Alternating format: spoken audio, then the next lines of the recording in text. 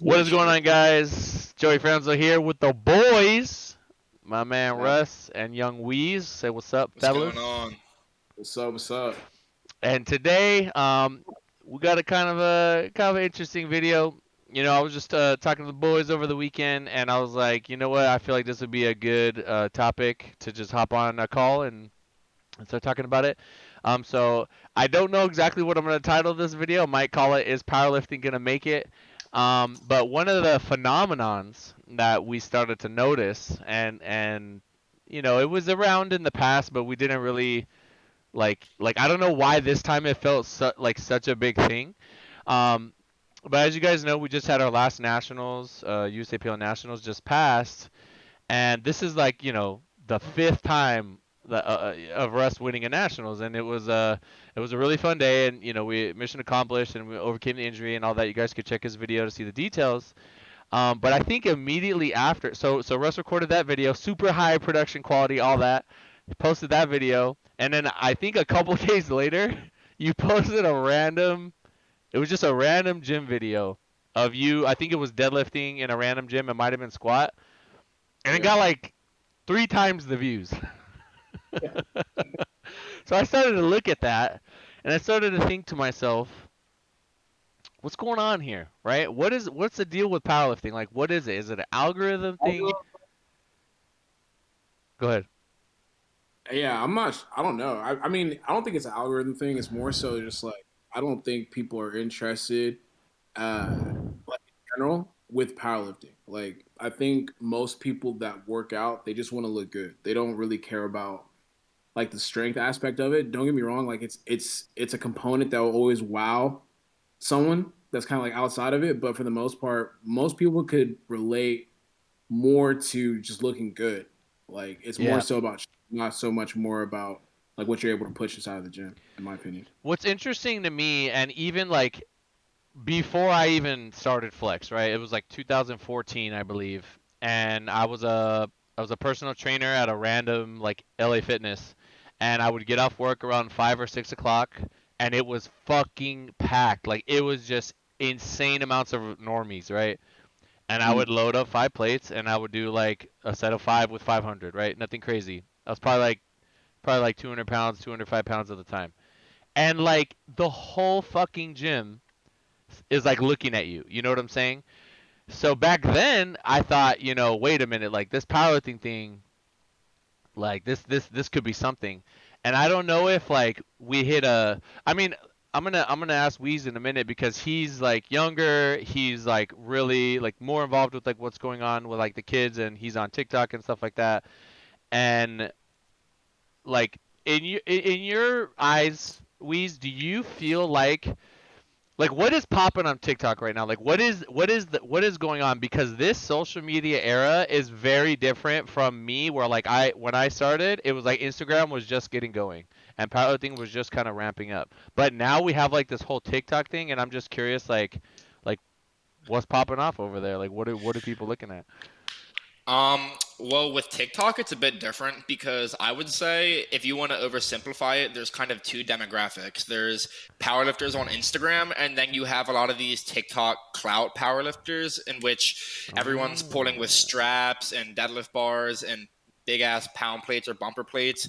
And the reason why it does so well and why it goes viral is because when you like people who don't know about powerlifting, they don't know what kilo plates are. They just see a bar that bends and they see big ass plates and they're like, holy shit, that's got to be a lot of weight. So, like, when you see someone post like a 675-pound deadlift on TikTok and the bar is bending and like they pull it and they hold it at the top and they start screaming some shit even though they have straps, it does a lot better than someone like pulling maybe like 804 on kilo plates on Instagram where there's a stiff bar. Just because I think it comes down to how relatable you are at the end of the day, relating to the general audience. And these people, like powerlifting on Instagram right now, just doesn't relate nearly as well to like the rest of the fitness community as you see with like these people just like fucking around on TikTok. Would you guys say that like bodybuilding or general fitness is probably like the main like if you have like a big like circle, and in the middle it says like bodybuilding slash fitness, and then under that you'd have like powerlifting over here on the side, then you'd have like Olympic weightlifting and maybe CrossFit over there. Does that does that kind of make sense? Because for me, back then it was like people stopped to look at strong people in the gym, especially like if there was a girl like I mean when like Tina repping like 315 at a commercial gym, people paid attention to that. Yeah, I mean that's a great way to put it. Honestly, in that format. Like literally, I would say bodybuilding and general fitness on social media probably takes over like 85% of social media, if not a Yeah. little bit more. And powerlifting probably holds like a little 5%, and then maybe some other niche content. But yeah, that's a great way to put it. And it's not that it's not interesting. It's just there's so many there's a multi-layer conversation we're all going to get into, but it's Yeah. just so many different things that I think that kind of lend it to be that way. Another thing too that I feel like is it's kind of lacking in powerlifting is like if I have been around quite a while, and I remember when Gymshark was just starting. I think Russ, you might have been around then. It was like Yeah. 2012. Was it 2012 or I 2011? was I wasn't around, but I remember when Gymshark had basically kind of just arrived, like when they kind of like made that shift from being like kind of around to then they exploded. So like I was there like when they just And exploded. they were like kind of the first ones, I believe, to really Yeah. right. So that whole era. I mean, Gymshark is like I don't know if they're as prominent now. I see young LA stuff astronomically more than I see Gymshark stuff. That might just be because of who I'm around or who I follow. I don't know. I mean, Sean, what do you think? What are you seeing No, more I would these days? definitely say Young LA definitely is like the new Gymshark in terms of how Gymshark used to be. And like Gymshark, when they first came up, they just signed everyone, like all the big names, they had them all. And that's essentially what Young LA is now. Like if you think of almost any big name in just general fitness or bodybuilding, they're usually with Young LA. So I go ahead. also want to say quick Gymshark is Nike now. Like they're not even Mm, it's not even like a conversation. Like Young LA is definitely the brand right now. But Gymshark is just on a whole different wavelength and like level. Like they sign legit athletes. Like they have like I think they have like a fucking couple football, Masvidal. yeah, boxers, MMA fighters. Like bro, they have like people. So they're just on a whole different thing. Like I mean, I'm pretty sure they're like $1 billion company at this point. They are. The reason why I Yeah. brought that up. Go ahead. No, you're good.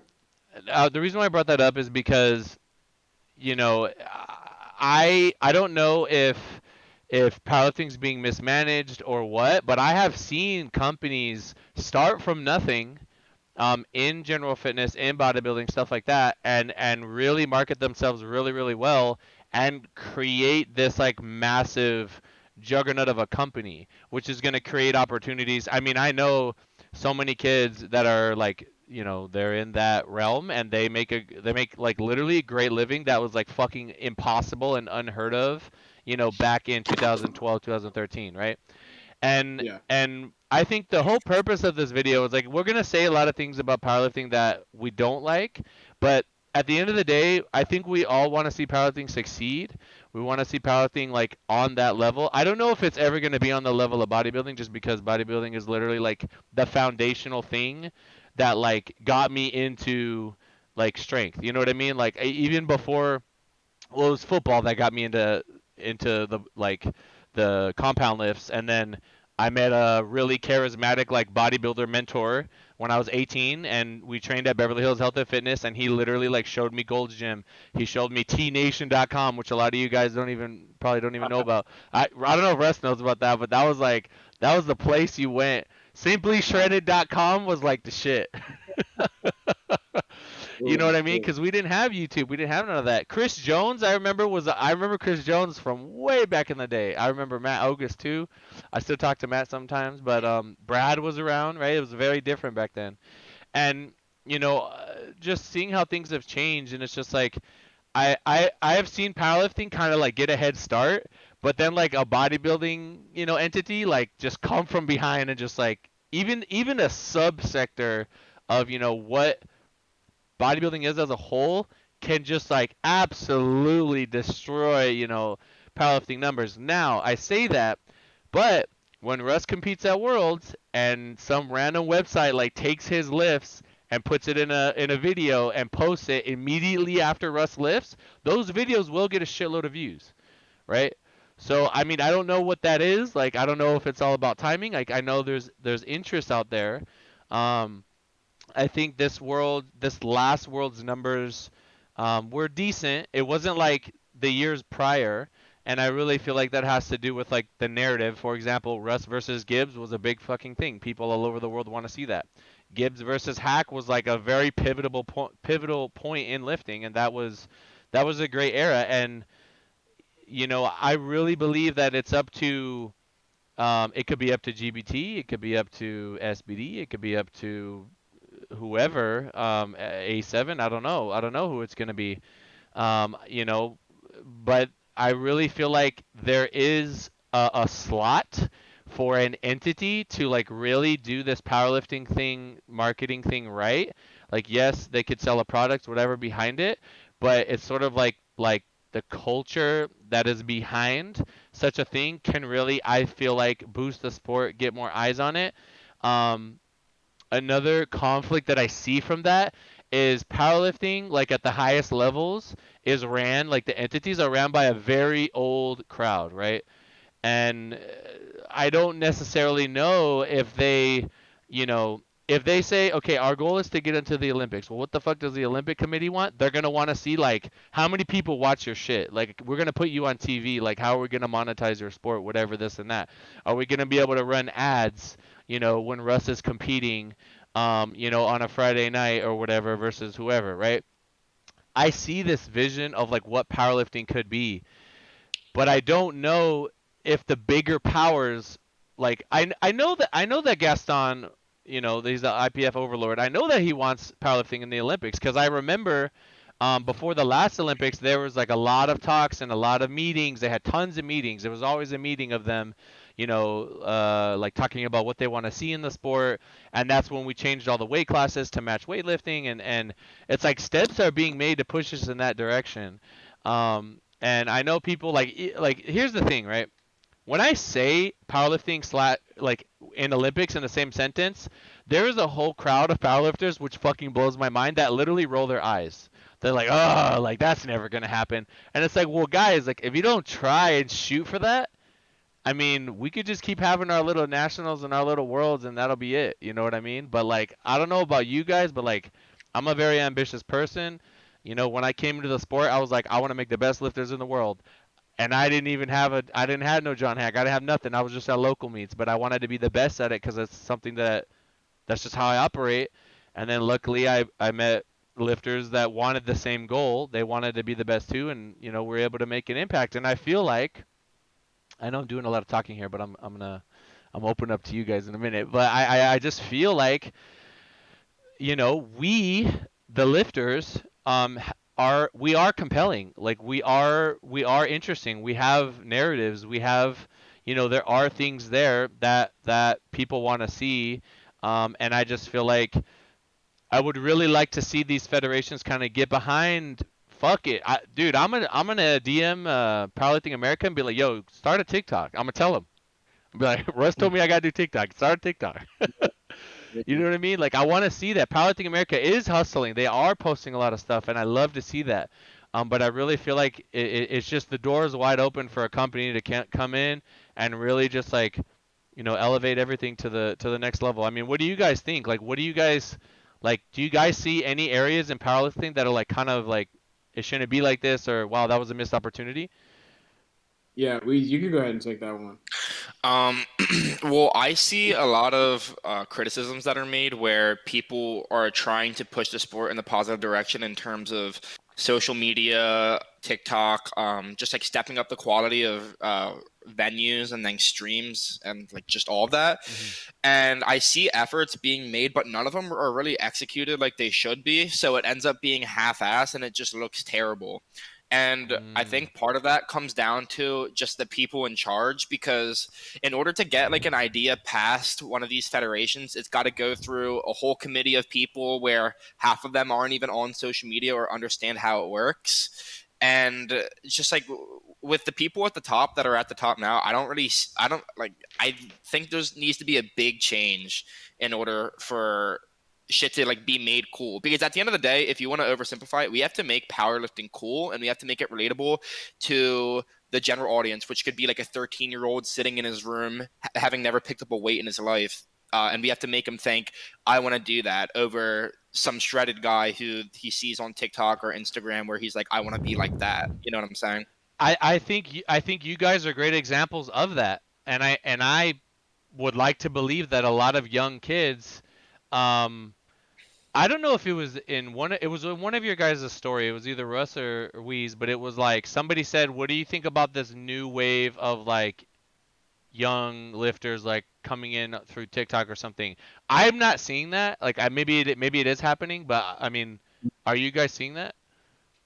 It's like lifters that are like, I'm not trying to be mean, but lifters that are not like elite level lifters are definitely popping off on TikTok for sure. Like, but Interesting. it's mostly it's like their personality, how they're able to edit their videos and make it relatable. It's helping them gain a lot of traction. So maybe they're not like an elite national level powerlifter, but they are, like, people swear that they're the goats just off of TikTok alone. So Really? it's But like there's yeah, people, for example, like you'll be on TikTok and like people will make a video. It's like, this guy is inspiring me to get as strong as I possibly could be, and it's like some compilation of a guy that like I've personally never heard of, and like I compete at the highest level, and I've just never heard of these people, yeah. and they're not even like actual powerlifters. Like they haven't even competed. They just lift in the gym, Hmm. and they're doing numbers that have been far surpassed, but they are making their content very watchable on TikTok. It's very I enjoy it actually sometimes when I'm watching their videos. I'm like, damn, that's a good edit. So I'm sure like these younger kids are watching and they're like, this guy has to be the best ever because that's a shit ton of weight. Not knowing that there's a whole powerlifting Yeah. community that is far surpassed the numbers that this person is putting up. But that just goes to the effort. That just goes to what can happen when you put effort into just the marketing and media aspect of lifting. Like, in comparison, I think we've all been to bodybuilding shows. I'm not sure if you've been to one. I haven't, no. Yeah, but I love bodybuilding. Obviously, bodybuilding is dope. It is one of the most boring things that you could go to. Like, it is legit Yeah. boring. Yeah. It's not fun at all. Like, even the night show isn't really that entertaining, to be honest with you. You're just watching people pose. Powerlifting meets are a lot more like Lit. just lit energy. Like if you go to a primetime session and there's a big matchup, like it is crazy in there. There's so many marketing opportunities in that Yeah. could take the sport to a whole new level, that there's just an unfortunate disconnect at the top. I'm not saying they're not, like, I understand how difficult it is to run a federation with that many bodies and that many people to report to. So like I can understand how things get lost in translation, but there's just so many opportunities that are being missed in my opinion, and that have been missed for the last like 5 years that I've been doing this. Yeah. Um, that's just I just know that we could be so much bigger than we are right now. And I don't want to keep talking too much longer, but I wanted to touch up on that last point that you talked about, Joey, with like it takes one of these companies to help us get to that next level. I mean, I just don't know if that level exists for the sport at the point that it's at right now. Like the ceiling is so low, like for powerlifting, in my Yeah. opinion. Just I because, yeah, when you look at the influencers that are in powerlifting currently, like I'm probably the biggest like USAPL natty competitor. And like me having almost 500,000 followers on IG is like there's like 50 kids that just do general social media fitness that have that. And I'm like the yeah. only person that has that type of number. So Yeah. I just think that the ceiling is pretty low, and we just need to expand as a sport to also allow these companies to help bring us up. Yeah, I mean, I was telling Weez this, and I said it might be unfair for us to compare the two, but I don't see why we can't move in that direction and create.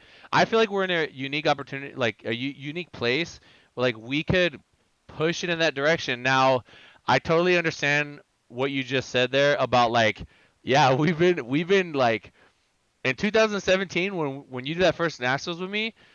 I think you probably had like 60 or 80,000 followers. I'm not really too sure.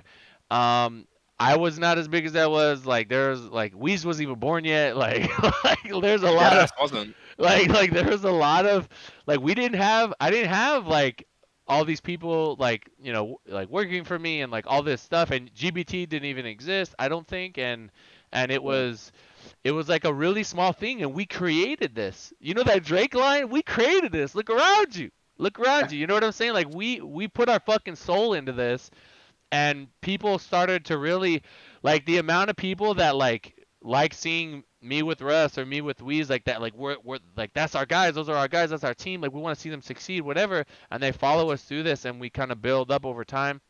And at the same time, that attention is going to create opportunities for other. I mean, of course, there has to be like there has to be an adversary, right? There has to be an opposing team. There has to be an opposing lifter, whatever. And we're putting in the work, and it's like 5 years is a lot of time, and it's been good. It's moving in the right direction, but I just feel like there is an opportunity now to really just powerlifting can be this huge prestigious thing, which ties into kind of like when we were talking about how the older generation, a lot of those older generation people in charge, they started out with equip lifting. That was their era, and I do respect those that came before. My issue with equip lifting is now for the masses, it's very difficult for me to be in the gym and little Johnny goes, hey man, I like want to get into powerlifting, like how do I do that? I'm not gonna tell him to go spend $250 to buy a bench shirt. You know what I mean? That just is it's just not good, right? Now I'm sure equip lifting could exist in some capacity, but if I'm trying to be like a fucking, I don't know, a Dana White or something, and I'm trying to like, okay, how do I get this sport to like the next to the top? I think we got to go all in with Raw. I mean, I don't know. I'm sure equipped could exist in some way, shape, or form. Maybe like for a school activity, or you could keep it in the World Games. I don't know. But when I saw that World Games video, Russ, that I sent you, and I saw all those different countries and all those people there, and people walking out with the flag, I was like, it is a crime that Raw is not there, because with Raw being there, that's gonna bring, like, I mean, you guys correct me if I'm wrong. We should probably know this. It are the most popular lifters Raw lifters, Obviously. right? Yeah. Okay. That being said, I'm not trying to shit on geared lifting. I'm just saying, like, like with if Russ is at a World Games, that's gonna bring more eyes to that tournament, and happens once every 4 years, 2 years, whatever. That's gonna bring maybe some people of the 400, half a million people that follow Russ, maybe like 100 of them go, or I don't know, 1,000 of them, whatever, go. Oh wait, like what's geared lifting? Like maybe I could be good at that. Like da da da da. I like the technical aspect of it. I don't know, right? I just really feel like that needs to happen. If I'm the guy up top, like yeah, cool, we're trying to get into the Olympics, but like let's make that happen. Let's get that going, because I don't see how that hurts powerlifting, you know what I mean? I don't know if it's just a tradition, it's just like something they don't do. Now, we have Sheffield coming up, and we just had nationals. And you guys could tell me, I'm actually really interested to know how you guys feel about this. But I'm looking at the podium, right? I think it was like the first day. I'm looking at the podium, and I'm seeing like, okay, like Taylor's not here, like okay, like we're missing a lot of boys, but like we had these guys up here, whatever. And I'm thinking to myself like, damn, like there's nothing else, like there's nothing beyond that. Like what is the next thing? Like what is the you won the tournament, you won nationals. Like what is your next, like like where's the next step up? And I just felt like this. I'm not even lifting, right? I'm watching my boys on the podium, and I'm thinking like, damn, we're gonna have a long off season until next year. Like, you know what I'm saying? Like, there's no step up from that. And I feel like before it was like, who's gonna win nationals and go to worlds? There's another step after this, right? You're gonna compete against worlds now, world people, international. You're gonna take the best of the best from the planet, and you're gonna put them in one tournament. That that was, in my opinion, it was sorely missing from nationals. And I'm interested if Russ, did you feel that? Like, did you feel like, damn, like I just won nationals and like I just get a little check and that's it? Yeah. So I'll tell a funny story about that. I was doing the Q&A, and this guy put in this funny ass question. Or it wasn't even a question, it was a statement. He goes, he's like, man, I realized you really love powerlifting because I saw the amount that you got for winning nationals, and I just started laughing because like it's it's it's it's hard to say this because I don't want people to listen and think like I'm ungrateful or anything like that. Yeah. It's just like you understand, like I don't know, man. I just hate talking about stuff like this, but you would think that like a level a meet of that level, like it would be more. And I understand it's like the first time the USAPL has kind of like done that kind of stuff, but it just goes to show you, man, the pool is like low and the ceiling is low right now. But finishing up that meet, yeah, it definitely feels like there's a hole missing just because it's like you should move on to a higher level meet, but at the same time, like we are getting kind of adjusted and used to like this new thing, like the IPF being or us leaving the IPF has been a whole new concept, so it's just kind of weird. Whereas like we've been so used to like, okay, you finish up nationals and you're so focused on like, okay, who's gonna go to worlds? All right, cool, we just finished up nationals. Now it's time to build up to worlds, but that doesn't exist anymore. So maybe there's gonna be new meets throughout the year that kind of help us get to that point where nationals is the epitome of our federation. It feels more of like a final chapter. But yeah, I definitely felt what you were talking about. It felt kind of weird because I'm like, damn, like I mean, this is literally the epitome of my competition season. Like this is it. This is the championship, you know. And Yeah. it wasn't a bad feeling, but it's definitely just like I'm used to feeling like I have to keep working to achieve that world title as well. And the We fact that we oh, don't go ahead. have like a USA or like a world level for USAPL, like I understand, like just because of the situation with the IPF, but from an outside looking in perspective, things are just so divisive, and there's no unity amongst all these different federations. Even if you want to get into untested, there's so many different untested federations, and so many different nationals, and so many different national records or world records that you can beat despite what federation you're in. I feel like it hurts the sport because you don't really know what is the best, or like you'll see a random federation calling one lift like an all-time world record, where in the bigger federation there's a lift that's like 100 kilos higher. You know what I'm saying? So I feel like one of the steps that could be taken in order to get like if we want to talk about getting powerlifting to the point where it could even be comparable to bodybuilding, and like I'm not too sure how many different bodybuilding federations or what how it's organized. I'm sure Russ could speak on that, but just getting everything like unified. But I don't think it'll ever happen because people are so anal about different rules and what you're allowed to wear and this, that, and the third, that I'm just not sure it's gonna happen.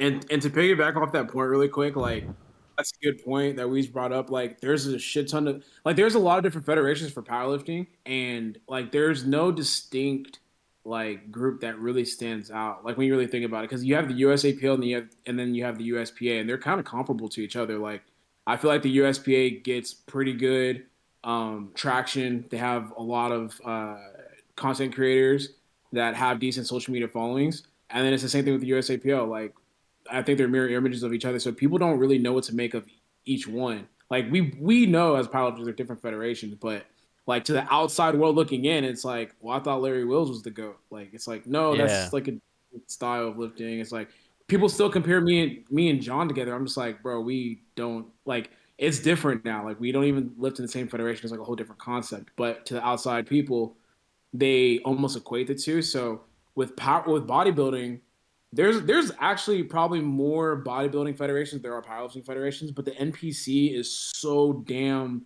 like dominant that that's viewed as like the just the biggest one and like kind of like the only one from the outside perspective. Like if you're just a person that wants to compete in bodybuilding, you're gonna look at probably doing an NPC show versus like with powerlifting. If you want to compete, I mean, you don't know where to turn your head. You have people debating you about like, oh, you should do USAPL or you should do USPA.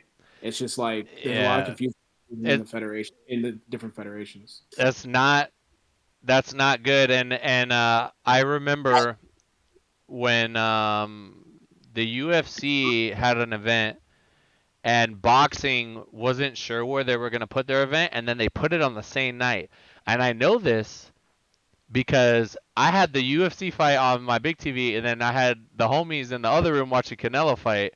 And Dana White was super pissed at that because he's like, I hate you guys so much, but like that's bad for both of us, right? And it's the same thing that happened with Worlds and Nationals at the exact same time. That is, I literally The dumbest thing I I've don't ever know seen in my life. exactly. I don't know if it was Martha's session or Haley's session, but I had the laptop open on the ground when we're warming up, and I'm literally watching Mikey lift, and I'm fucking texting them like, hey, go, you know, have him go mix, do this next, and then I'm like, you know, warming up Haley, and then Haley's going out, and I'm like, this shouldn't be like that. Not just for me coaching, but like viewership wise, people need to be like, oh, cool, we got Worlds happening this week. All right, I'm gonna watch that. Or all right, cool, we got Nationals right after. Great, this hurts the sport. It really does when you have the events like that.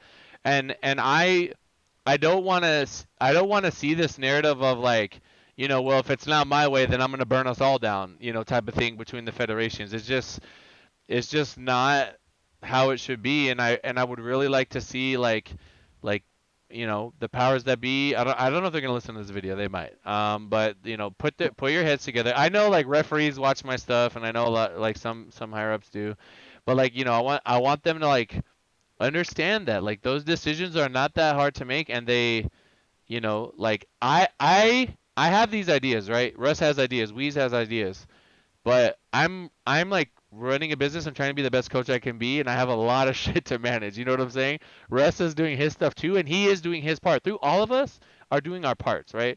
But like we're not.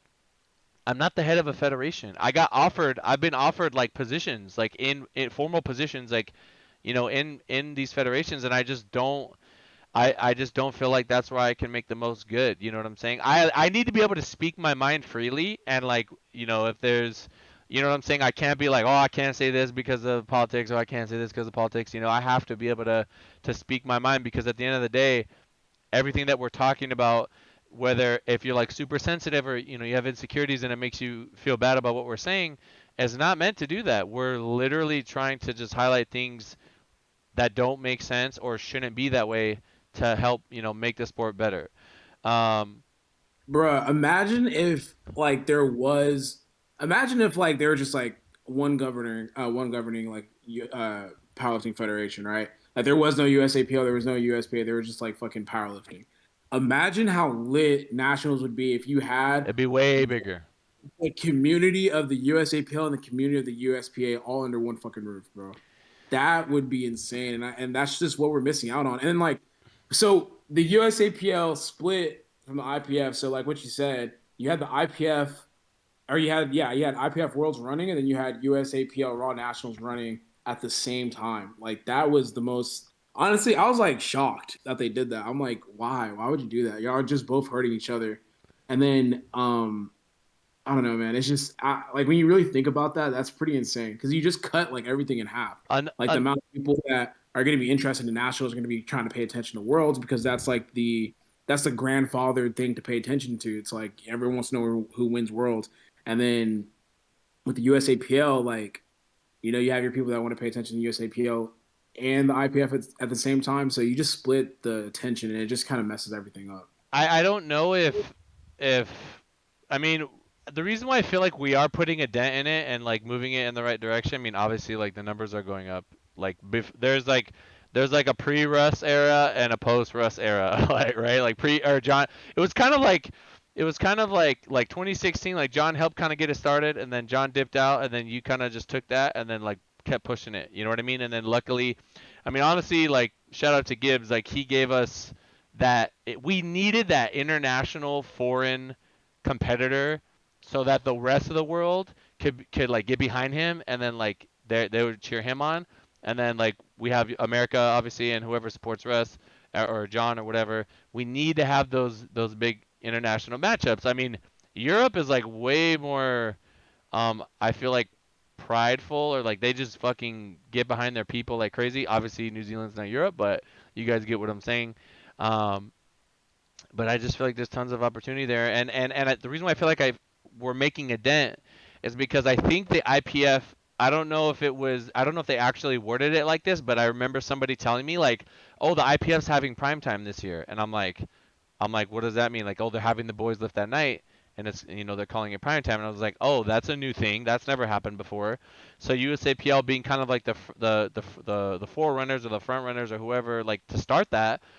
That's a good thing, right? You can gather the viewership around a specific time and highlight the best lifters. I know that Powerlifting America wants to do something like that, where Nationals is literally just the best of the best. Powerlifting America Nationals is not going to be 1,000 billion people. Like maybe the first year, second year, obviously this year wasn't. But maybe they need to do that for next year to just get like the totals, and then the year after that they can really just refine it and make it like, top of the top, best of the best, cream of the crop, to really sort of make a nationals feel like an exclusive type of thing. Um, so I do think that is a good thing, and I know that the heads of these federations are. I feel like they're trying with what they have, and it is a huge undertaking. It is a giant responsibility to do all of that, and but we have talent. Like we have the talent here. We just gotta we gotta make it interesting, and we gotta continue to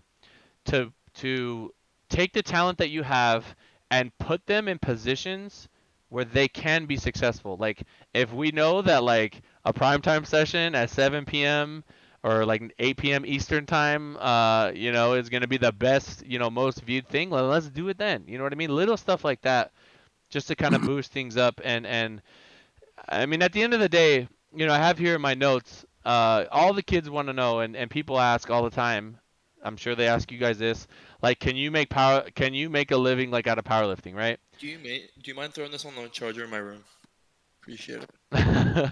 like, do you like, you guys get what I'm saying? Yeah. Like, it's. Go ahead. Oh no. So was the question like, can you make Like, what powerlifting? is the path? What is the path that leads to? I mean, I know the answer, but what is the path? I'm gonna ask this question, and then I'm gonna I'm gonna use the restroom for 60 seconds, but I'll leave it No, with you. Russ and Wheeze, and I want you guys to kind of answer this. It's like, what is the path that leads to the highest amount of growth or sort of monetization for whatever company that can potentially lead to lifters literally just being like, hey, what do you do for a living? Oh, I'm the best 93 kg lifter in the world, and like that's all I do. You know what I mean? Like how do we get there pretty much?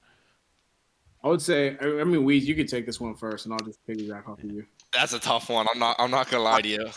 Um, but I think you need to rely on more than just posting and like being a powerlifter.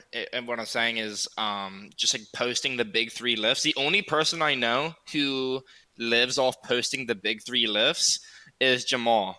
But he's like arguably the best deadlifter in the world, and he can get away with it because shit gets posted on like ESPN or it gets to other avenues of the internet because people see, oh, the biggest deadlift in the world. You know what I'm saying? Like he's an anomaly. Aside from that, like even Russ, like and then others that have hundreds of thousands of followers that are powerlifters, they're not posting solely just lifts. They're posting themselves. They're posting their physique. They're posting it goes a lot more in depth than just being a power lifter. You have to be a personality. You have to look good. There's a lot of things that go and play into it rather than just being a competitor itself. Yeah, I would say that like, man, it takes a lot from the actual individual in order to make a living in powerlifting. Like you just can't. I mean, I could be wrong. Like you could be strong and then like have sponsorships and do coaching as well. So I guess you could get away. You could say that you're a professional powerlifter. There's some people that do that. Like they literally just lift and coach, and they're able to make ends meet and make a very very good living for themselves. But I think like when you have the combination of like lifestyle and you have the just like the way you go about social media, where it's just not you posting your big three lifts, you're able to grab these sponsors and like have a following to where they start using your codes, and then you're able to really support yourself with these brand deals, and then also sell your own programming and all that kind of stuff. But I don't expect like for the actual federation itself to be able to give me enough money to make a living. Like I think it's up to Yeah. me to kind of like parlay that to other things, just because it's like I know that we're a pro series now, but I don't think it's going to be a situation where it's like the NBA or the NFL. You know what I mean? Where like you Nah. literally make money from the federation that you are a part of, and then you also have your sponsors or your brand deals and all that kind of stuff that you make, like with just being like your own social media entity. I think. But Go ahead. I was just gonna say for the people that are listening, like if you're trying to become a quote unquote professional lifter or social media influencer or whatever, you literally have to be a social media influencer. You can't just be a strong person. Because when you really break down the content creators that are on like Instagram and TikTok and all that, like they add a lot more to what they do. Like it's very rare that like a person can just do the big three and get by. Like you have to offer some type of thing to someone, whether it be coaching, clothing, or whatever company that the person might be sponsored by. Now to break that down, it's not like anybody could just fucking coach. You know what I mean? Like it's not like Yeah, anybody could just sell they fucking clothes can and it'd be they, good. they can coach, but they're not gonna be good coaches. Yeah, like you can help. I mean, I always say like an intermediate can help a beginner. You know what I'm saying? But here's the thing, you could be a phenomenal lifter, but you just are like you could be terrible at coaching. You know what I'm saying? So it's a tricky thing. And one good thing about a free market is that like the cream rises to the top, and for the most part like people are gonna see through any of the BS. Now there was a time many, many, many moons ago where you were like highly incentivized to like I don't want to say his name, but there were lifters back in the day that like got very, very strong. They were on shit and they had no personality. But they posted their lifts. They were incredibly impressive. I believe they would do educational content as well, and they would, I think sell supplements. Back then it was like supplements. It wasn't really clothes. It was all about supplements. Supplements was like the fucking, that was the shit and still is today to some extent. But um times have definitely changed, and I was actually talking to Lex about this. Uh I said the same conversation with him, and he was saying you need someone that's funny, you need someone that's relatable, and you need someone that's like that trains hard. Like they don't have to be the strongest person ever, but they got to be like likable, right? And that can kind of get people into it and kind of get them in that direction. But like Russ said, you have to be an influencer. Now, actually, I had this conversation with Dion when he used to live out here, and we were talking about how if you're a top three like lifter, you could probably monetize that. If you have a personality and you know how to make content, I mean, what do you guys think? Like, if you're a top three lifter and in a popular weight class like a 74 kg weight class, you could probably monetize that. You could probably get like Mm, make that work. I'd say I mean, in some cases, even top 10. I'd consider myself Mm. a top 10, 110 kilo lifter in the open, top 10 as of Mm-hmm. now. Try not to step on any toes there, but I could technically live off my sponsorship money. Like I could live. It'd be pretty frugal, but I mean, I'd be able to make it work. Essentially, like if you have a personality and you just like expand through like different forms of social media and don't rely just on Instagram, and you look half decent, then I think it's possible, but it's not easy, and like it's a very small percentage of the population. Do so you, I was gonna go say, ahead. like, I don't even think you don't even have to be ranked, bro. Like, if you make your list, so if you okay, so I'm gonna answer this in two parts, right? Like, you could be a top three lifter and have zero personality, and you're gonna have a day job, like because you're not gonna be able to monetize like squat, bench, and deadlift. Like, uh, there's just no way it's gonna happen unless SBD or 110 is like cutting you like a fucking fat check for being a top three lifter and that's it. But I've seen so many people probably make like a decent amount of money just being funny on social media and they are a powerlifter. Here, let Like, me let me put it like this, and I agree with everything you just said. You're not gonna yeah, live in LA. You're not gonna live in LA if you have no personality and you're a top three lifter. it's not. nah, It's not gonna there's happen. no there has to be added elements what you do. You're not gonna make a living off of the big three. Like you have to. Maybe people fall in love with your journey. Maybe people fall in love with like just relating to you and you complaining about how you have to lift every day or some shit. I don't know. Whatever it is, you have to make people. You have to give people an opportunity to buy into something. Like me watching you squat, bench, and deadlift is not going to influence me to do anything that you tell me to do or be interested in anything that you do outside of doing that. So it's just like just doing squat, bench, and deadlift isn't really transferable to like influence. Like you could be the best lifter in the world, but if you have no influence, that it doesn't mean anything. Like in this day and world, I mean, I appreciate. I think okay, as humans, we are programmed to want to look at certain things, right? Like we're gonna Yeah, look at it. Like if an outrageously good-looking girl is fucking squatting like 400 pounds, people are gonna look at that and it's gonna pop off. Like it's just, for you know what I'm saying? Like that's there's certain things. So you got to kind of find like, what are your strengths? Really double down on that. How can you stand out? Like But then also you got to be careful with that because that same girl now it's time to be an influencer. No one gives a fuck about what she says because they just know her as a girl that just strong and looks good. true, but there are a lot of girls that can. I mean, girls are kind of like an X factor. Like they can make it work with like, Yeah, like you know what I'm saying? Like they could. it depends. It depends. It really depends. I like. It really depends on like what they're trying to push. But I've seen some stuff to where it's just like the girl just looks good. I mean she has no influence. Like that's it's like two Mhm. different things. Like for example, like with your videos, like people get heavily invested in you as a person and they want to see you succeed, so they fucking tune into your meet day, right? Yeah, Because they want to see Russ the person succeed. And that's like a it's I'm it's all about being compelling. How are you going yeah. to be compelling? Like what are you going to do? You Um, could if we really want to talk about it, you could also get like 3K likes don't mean like every person's gonna spend like their money with you. Does that make sense? Like you get yeah. that pretty girl that squats a lot, yeah, she's gonna get a lot of likes, but when it's time to actually have influence and like get people to buy into something, like they're not going to do it. I totally agree. And I think that certain forms of social media sort of cater to certain things. You know what I'm saying? Like maybe for IG that might work, but for YouTube, what do you? It might not work. You know what I'm saying? Like that same person could have a YouTube and it's not gonna pop off. How their little clip of them lifting might work. You know what I'm saying? Like Yeah. and I mean even for TikTok, you got like there's no attention span there. You got 10 seconds to make me fucking give a fuck about what you're doing. I'm clicking the fuck off. Less than that, dude. No, that's 2 that's a seconds. fact. Yeah, that's a Yeah, fact.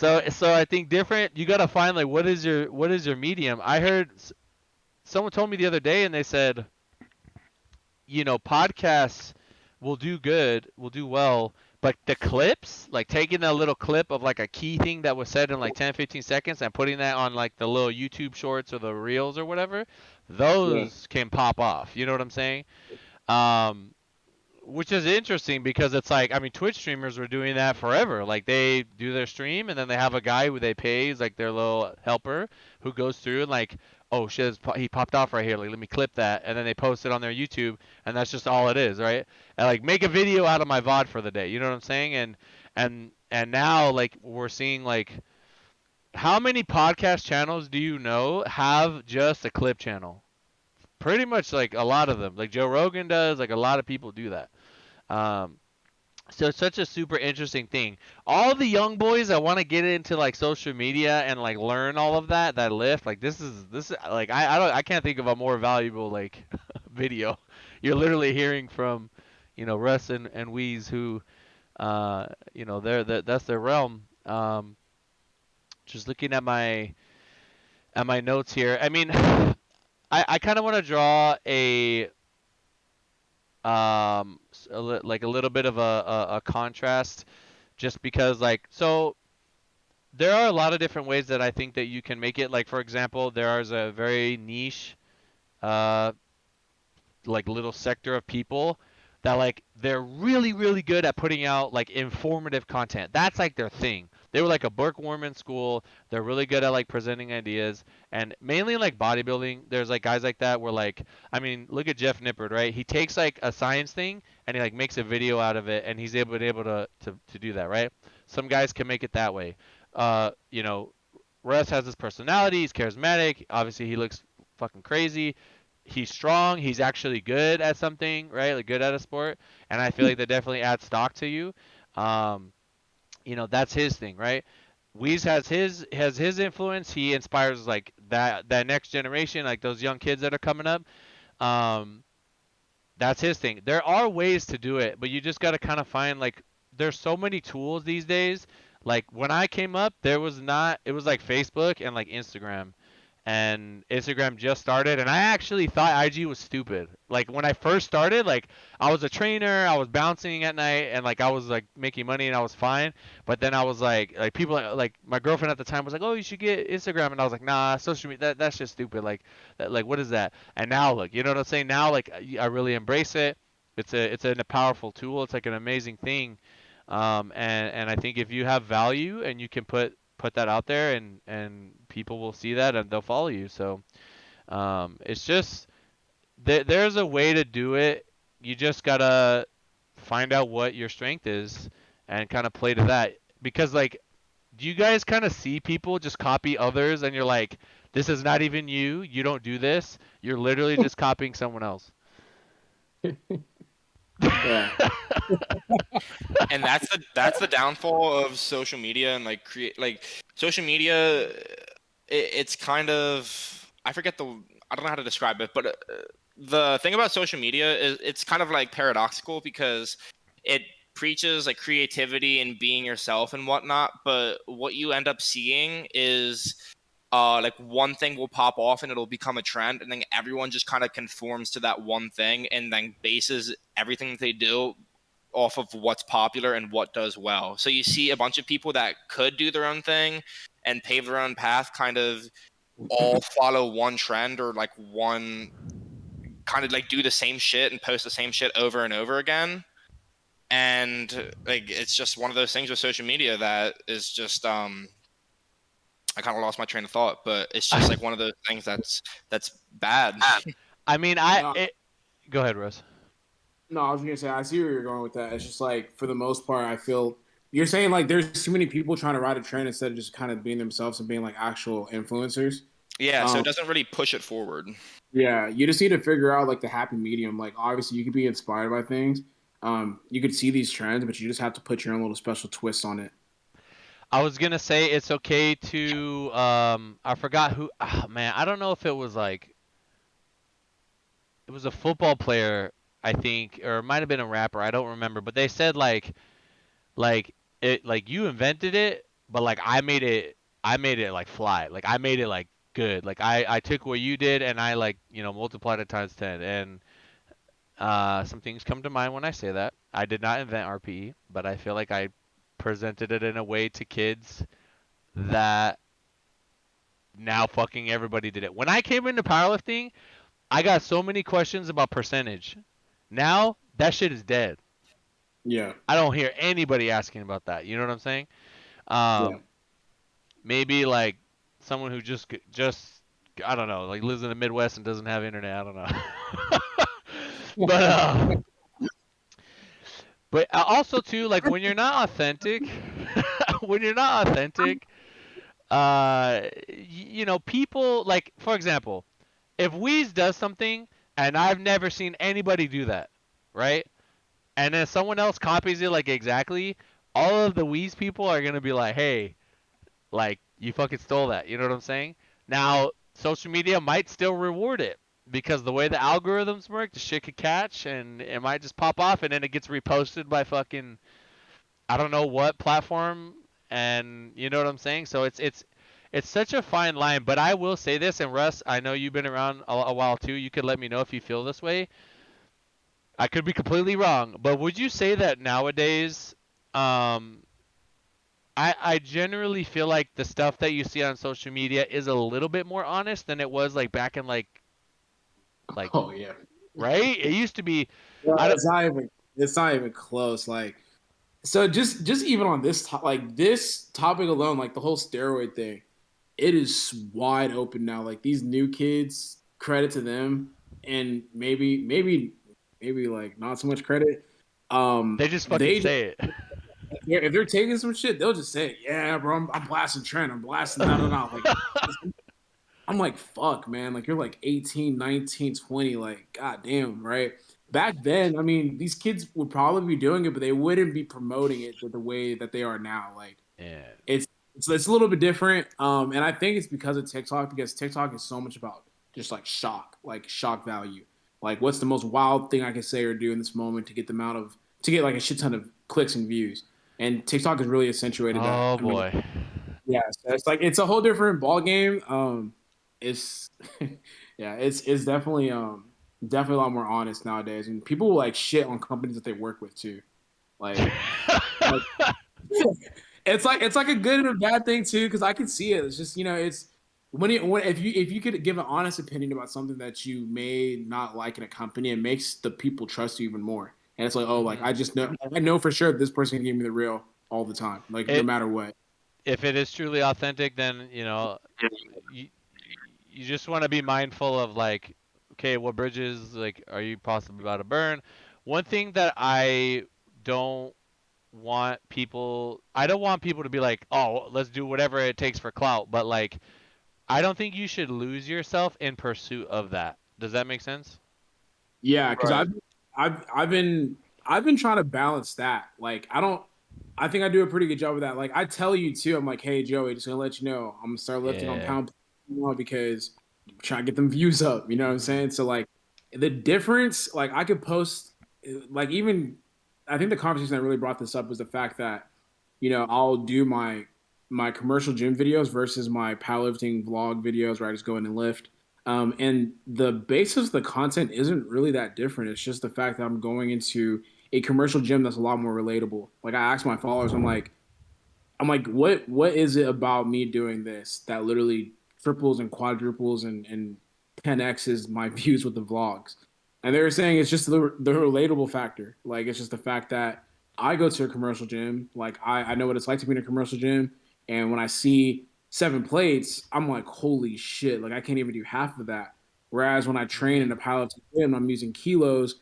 They're looking at the kilos. They don't even know, like they legit don't know what's on the bar. They don't know if it's heavy or not.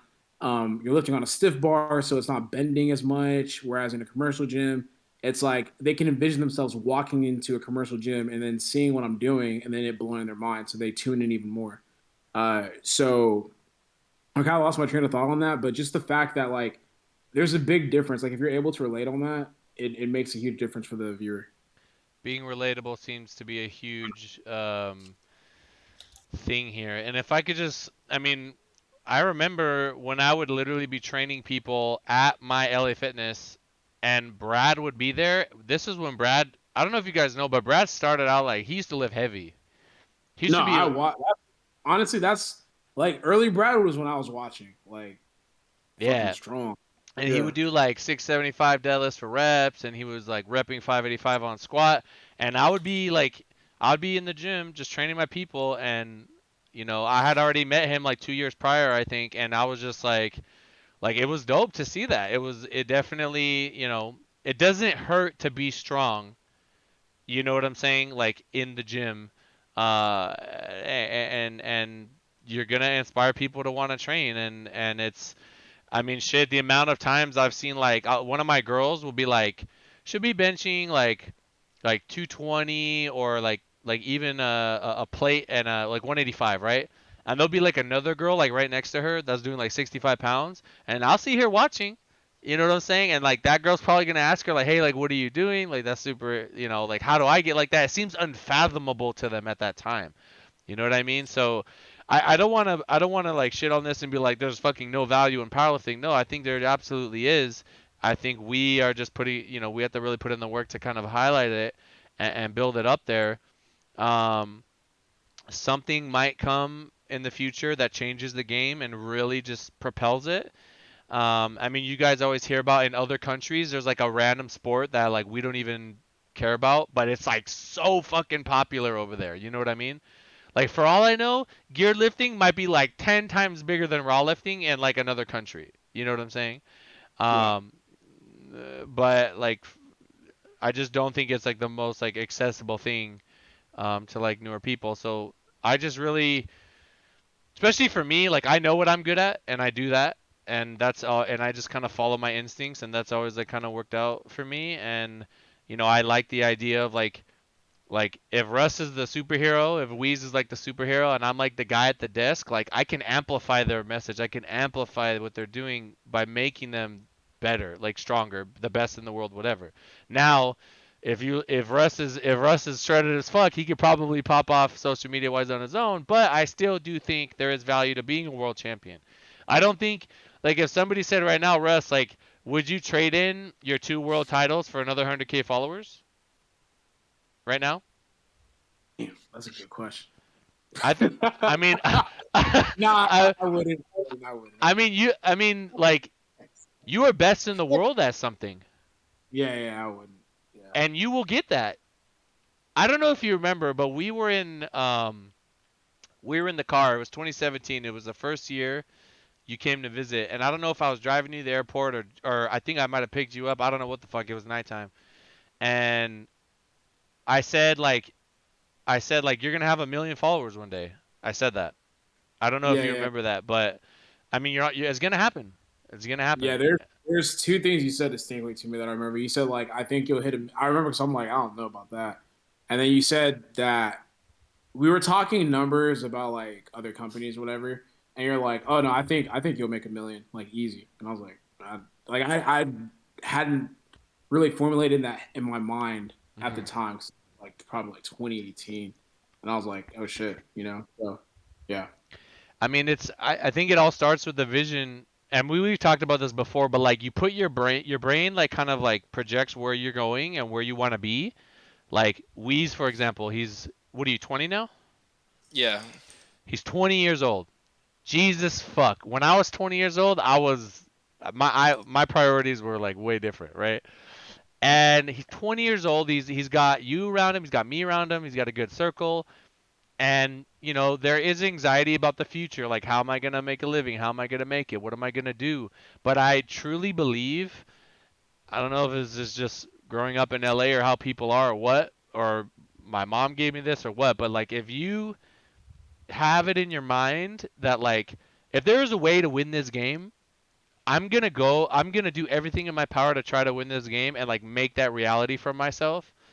And you may fail, you may not fail, but I tell you, if you put everything into it, your chances of succeeding are a lot better than not trying at all. You know what I'm saying? So, I mean, even with Russ, like we look back and I'm just like, fuck, like 5 nationals, like how all the journeys, all the things that we went through, like how both of us as entities were back in 2017 to like now, and you know, social media helped all of that.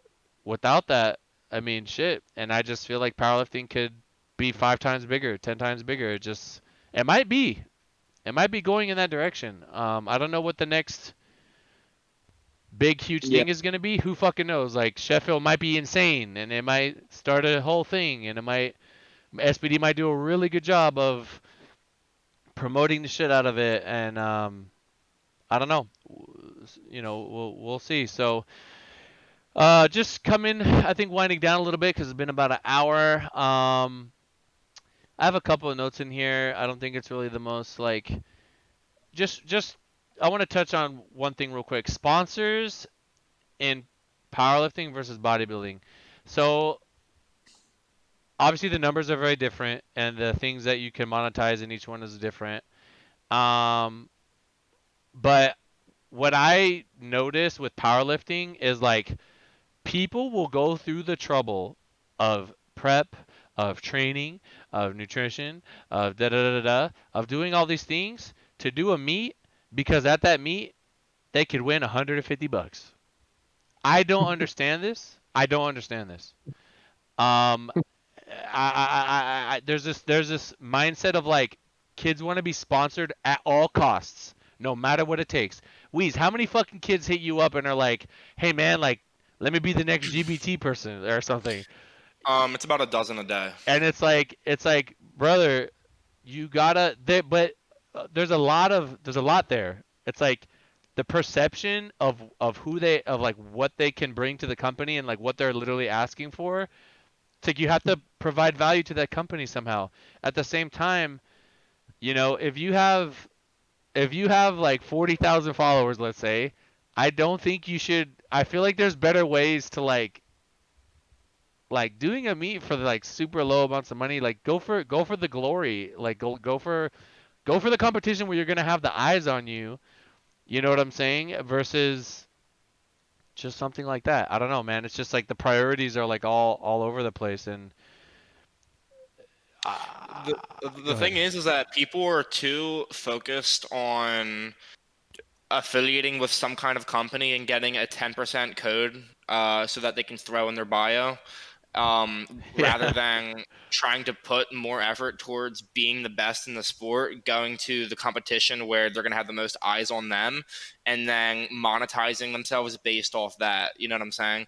Like, for example, in bodybuilding with summer shredding, the winner gets like a photo shoot with Alpha Elite, and that's like when they're gonna have the most eyes on them after winning summer shredding, and then kind of like the short time after, and then it's really up to them to see how they can kind of translate or convert that until building their own following. There's people that have done a great job of it, and there's people that haven't done anything with it.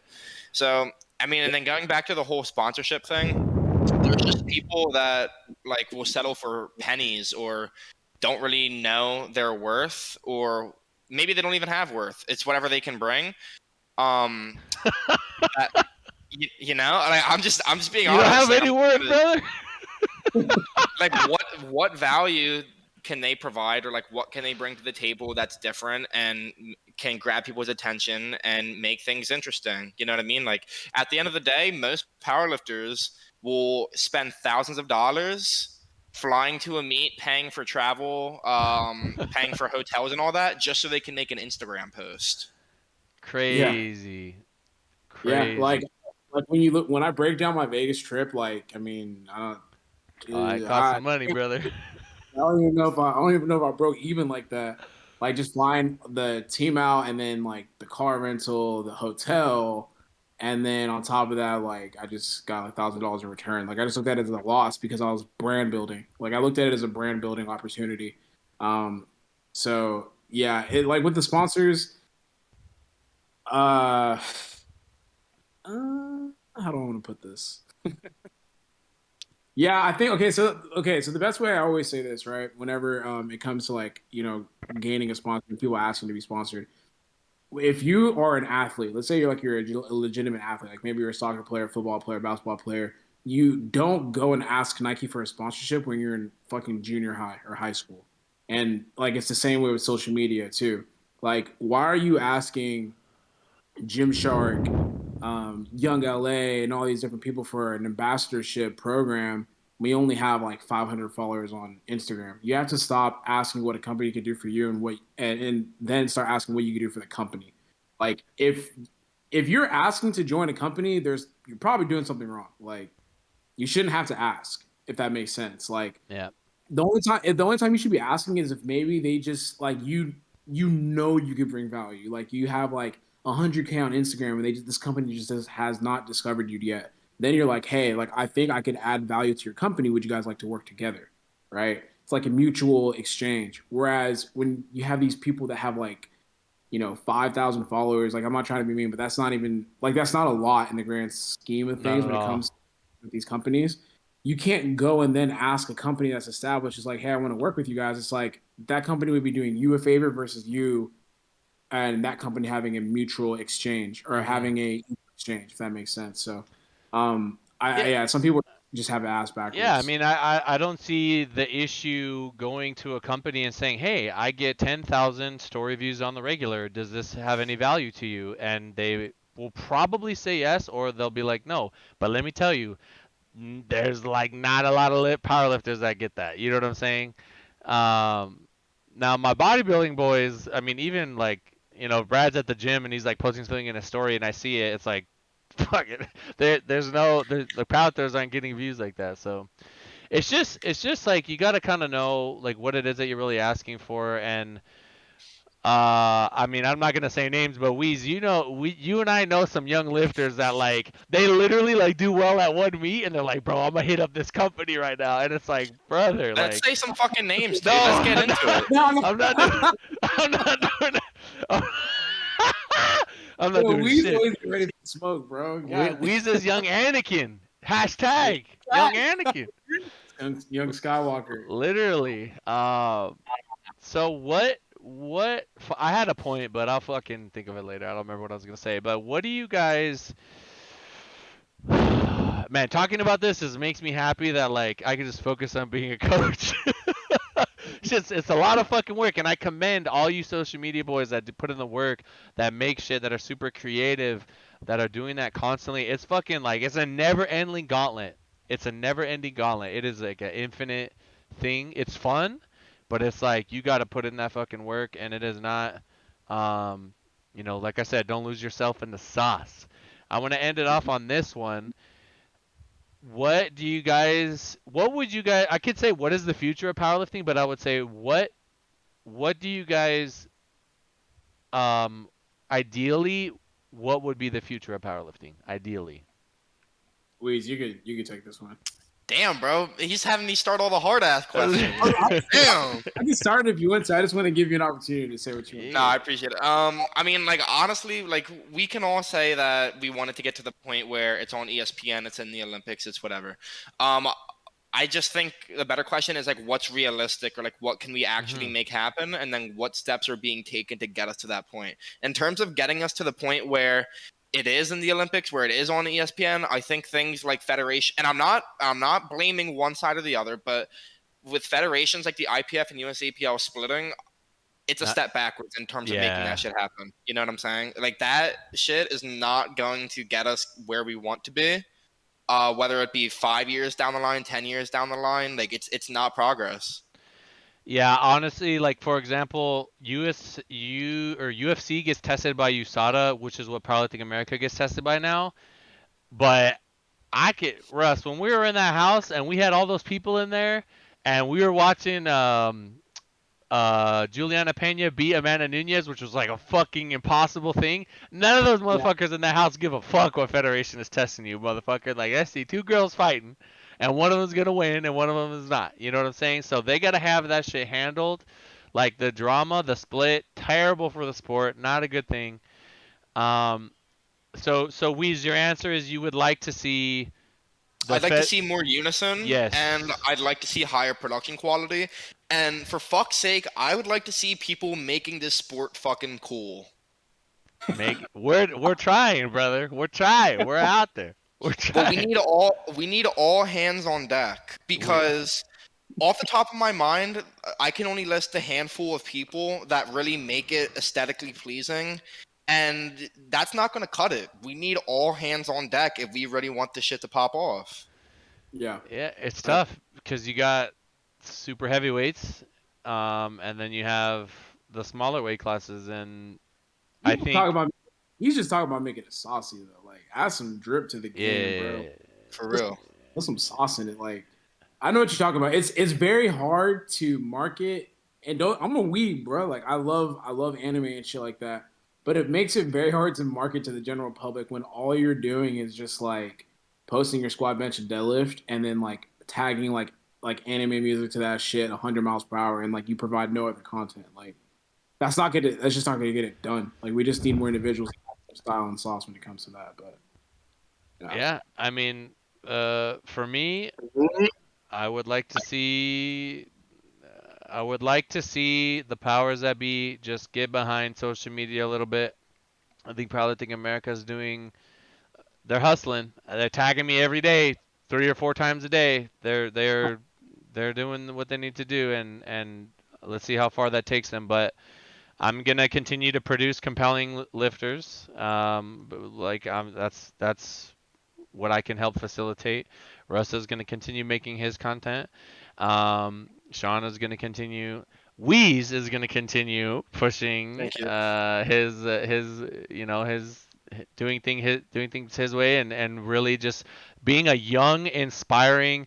There's a lot of things about Weeze, like you said you were top 10. Exactly. You're not number one yet. You're not number one yet. You're 20 years old, and that's gonna inspire other 20-year-olds that go like, hey, like look at Weeze, like he's doing well, and he's not number one. I like he's working his way up. I wanna try that, and then maybe one day they could get to a Russ level. So you know what I'm saying? So it's just there's a lot of things that the youth can gain, from following the right people, and just like learning how to market yourself, and being a role model and stuff like that. That is so rare these days. Being a role model. Being a yeah, role model. Um, the young boys that have the followings, I try to really like give them life keys because I know there's a lot of kids watching them, and I know that they're, and if I see they have a good head on their shoulder, I'm like, I gotta get behind this kid. I gotta get behind this kid. I gotta help this kid. I gotta do everything I can to help them, in however way that I can, because this is how you can spread good. I was asked yesterday, like, what are we grinding for? And when I think of somebody like Russ, right? We'll put Russ at the center, right? Through Russ doing well, if I know that if I put everything into coaching Russ and I can help Russ be, you know, 10% better, 5% better than all the rest of the competition, right? 20% better, whatever. And he has good intentions. He has, like, I know that if he wins, then more good is going to come to people by him winning. Then I'm going to go 100% full force into that and help him do that, because let's take a look. 2017 is just me and Russ, right? And I think I just barely hired Will, right? Barely, right? And then fast forward now, he's got a whole fucking company of a shitload of people whose lives that I am very involved in for however I can be, in my, mentor, coach, whatever you want to call me. And I've seen the lives change. I've seen the opportunities be created. To me, that is good. And that is why I feel like like through this little sport in our positions, by continuing to produce and help amplify the voice of people like Russ, of a people like Ashan, of a people even, I was telling Lex the other day, even Lex, if I can help you guys do something, like amplify what you're saying a little bit, and you guys are good people, then I believe more good is going to spread that way, even if at the bare minimum you're just inspiring people through like vanity posts, right? At the bare minimum you're at least like, I know we've all I mean, I don't know if you guys have felt this, but like for me, like the times in my life when I've gotten really really really fucking lean, it was because I was like, it was like either self-hatred, or like it was like you see this like men are like very inspired by like women, for example, and you just want to be like, you want to like you're inspired by that, right? And that gets you to lose a bunch of weight and get healthy, and that's good. To me, that's a good thing. And powerlifting, at the end of the day, it is a form of exercise. We all, sometimes I forget about that. It is making your body stronger. It is like keeping you healthy. It's a lot better than a lot of other shit, that people could be into. That being said, I mean, I don't really. I think I pretty much covered everything I wanted to talk about. You guys got anything else that you wanted to mention, or are we good to go? I think we're straight. Yeah, I was just gonna add my 2 cents on that last one, and we could just close it. Mm-hmm. Yeah, I was gonna say I'll speak in realistic terms, and I'll talk about like what I would want to see. I personally think that powerlifting is capped out. Like I Mm-hmm. don't see it. I don't see it progressing any past any further than what it is now. I've been here for more than 5 years. I've been here for like 7+ years now. Around that, haven't seen. I just haven't seen like a substantial change to where I think that we could have been at, like with me Yeah. being here. Um, when I first started, it was super hype and it was trending in a good direction, and I just feel like it Yeah. kind of plateaued off. And then with this whole IPF split, it took a step back. That fucked it up so bad, man. Like I remember everything was great. I honestly think 2017 and 2019, um man, this is gonna sound crazy. I was very like happiness, like just me from a happiness perspective. I was extremely happy in those 2 years. I was very happy in 2020. I actually found happiness too. 2021, there's a lot of uncertainty. We're starting to get out of that little hole, and then just all the drama happened, and it was, I didn't like it. I don't like it, man. I don't want it, and we don't need that, and we got to move past that. And let me ask you this. Obviously, like we're getting ready for bodybuilding. If you do bodybuilding and your number's like 5x, like would you come back to powerlifting or doing me, or would you just keep along that path? That's a good question. I don't Yeah. think no. That's a great question. I don't think I love bodybuilding enough to keep Mhm. hammering away at that. It really depends on how my prep goes and like how difficult it is for me to get through it. If it's something where it's just like manageable, I'd probably just continue doing it and then just be strong on social media, Yep. knowing I've already won a couple world championships and kind of like ran my weight class for like 5 straight years. So I would be able to do something like that because like at the end of the day, like I love powerlifting and I'm an athlete at heart, but at the same time, like this is a business, and I Yeah. just the ceiling is just so low for powerlifting, and I just don't see it getting any bigger than it is now. Like I truly believe it's capped right now. I think, I mean, I never want to say it'll never be bigger. I think there are some hurdles that we need to get through. Mm. I mean, we'll see what things go in the future.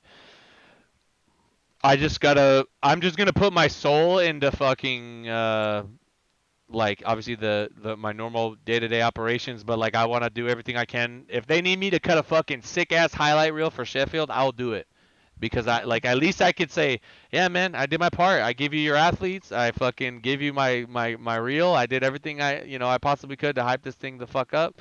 And if it pops off and it helps us keep us alive and keep pushing it, great. If not, then I mean, here's the thing, right? Russ is a very ambitious person. Weez is an ambitious person. I'm an ambitious person. Maybe, like, is it unfair for us to compare it to other things? Like, maybe powerlifting is powerlifting, and it is like a more of a passion thing, and like very, very, very few people can really make it there.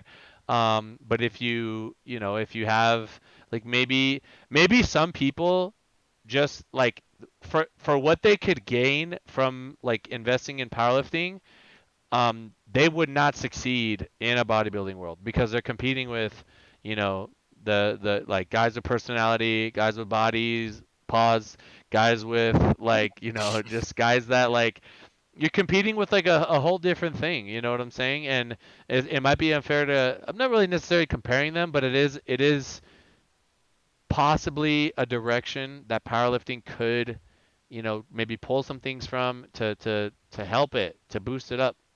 So, I mean, I am very thankful, and I always think that as long as I continue making the best athletes in the world in this little sport, which is crazy to me. Like I told Russ this the other day, I said, I don't know how I fucking have a job. Like powerlifting is so small, you know what I mean? Like it's so little, but like I found a way to thrive in this niche.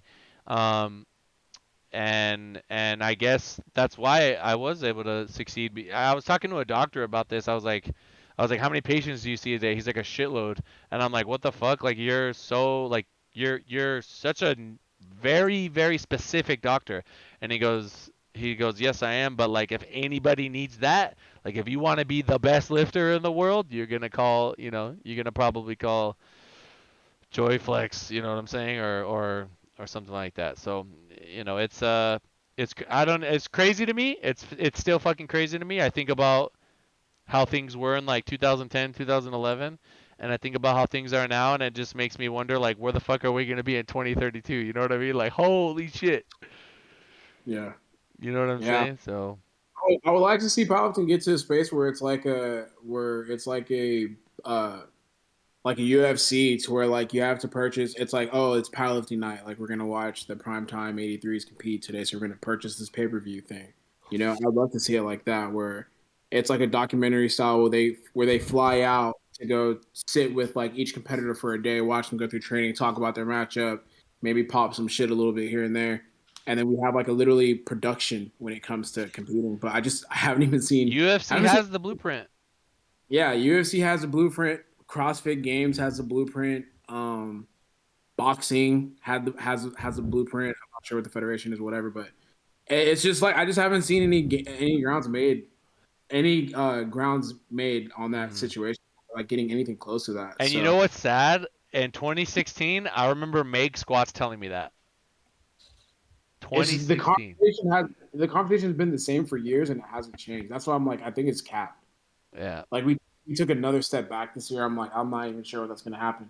And it's like not I just think that the higher ups, like the people in charge, need to literally just like invest all their efforts into getting a media team, like a proper media team Yeah. that has like supervision and is able to execute.